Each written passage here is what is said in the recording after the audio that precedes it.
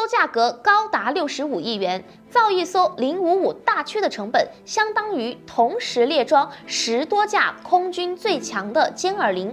各国争相仿造。055的实力究竟如何？它的实力配得上它的价位吗？055型驱逐舰全长183米，排水量达10000吨以上。它的设计思路遵循了中国近海端的防御以及远洋护卫的整体战略。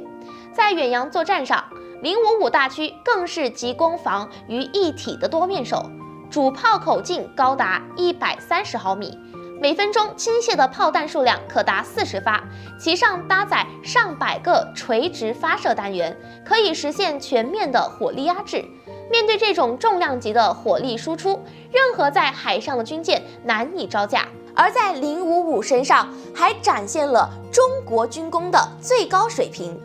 大排水量可以保证055的续航，还能让055驱逐舰同时肩负多兵种、多用途舰载机使用，4台超大功率发动机，拉高航行速率，隐身涂层更使它难以被雷达和声呐侦测到。无论是谁都很难捕捉到055驱逐舰的行踪，更别说进入它所巡航的海域和它正面较量了。一艘价格高达65亿元，造一艘055大驱的成本相当于同时列装10多架空军最强的歼20。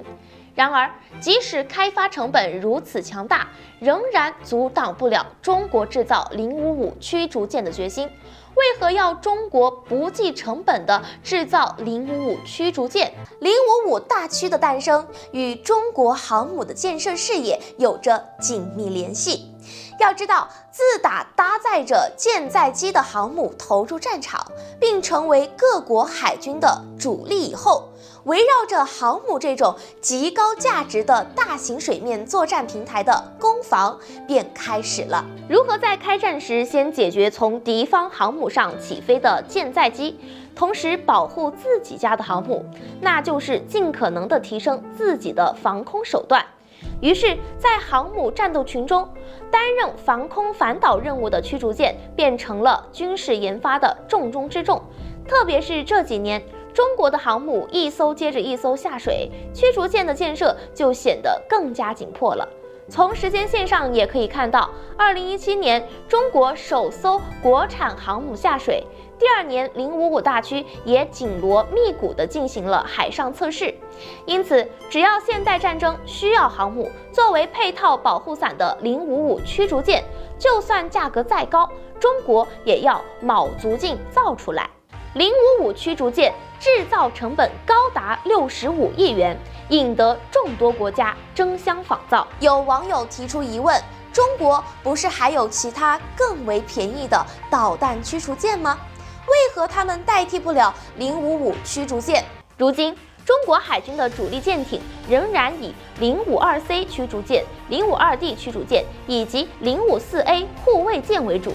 尽管他们的战斗力仍然很强，但由于结构设计已经成型，升级空间有限。052A 护卫舰由于排水量低，搭载的雷达跟不上时代，探测距离较低，只能负责中近程的防空任务。052C 和052D 虽然雷达先进，但是由于如今全球的导弹技术进步飞快，已经需要更新换代的时候，而且这2种驱逐舰的服役数量也是不够的。于是中国便要继续再研发适应新局势下的驱逐舰，这时能适应多种战况，执行多任务的055驱逐舰应运而生。在055驱逐舰诞生之后，许多国家都争相仿造。韩国的 KDD-X 大型战舰直接模仿了055驱逐舰的桅杆布置，而美国更是直接将055驱逐舰定义为巡洋舰。在后来放出的舰艇 DDG-X 设计图，更是在船型和发射系统布置上被指抄袭055驱逐舰。这些国家的反应越激烈，越证明中国制造055驱逐舰的路子走对了。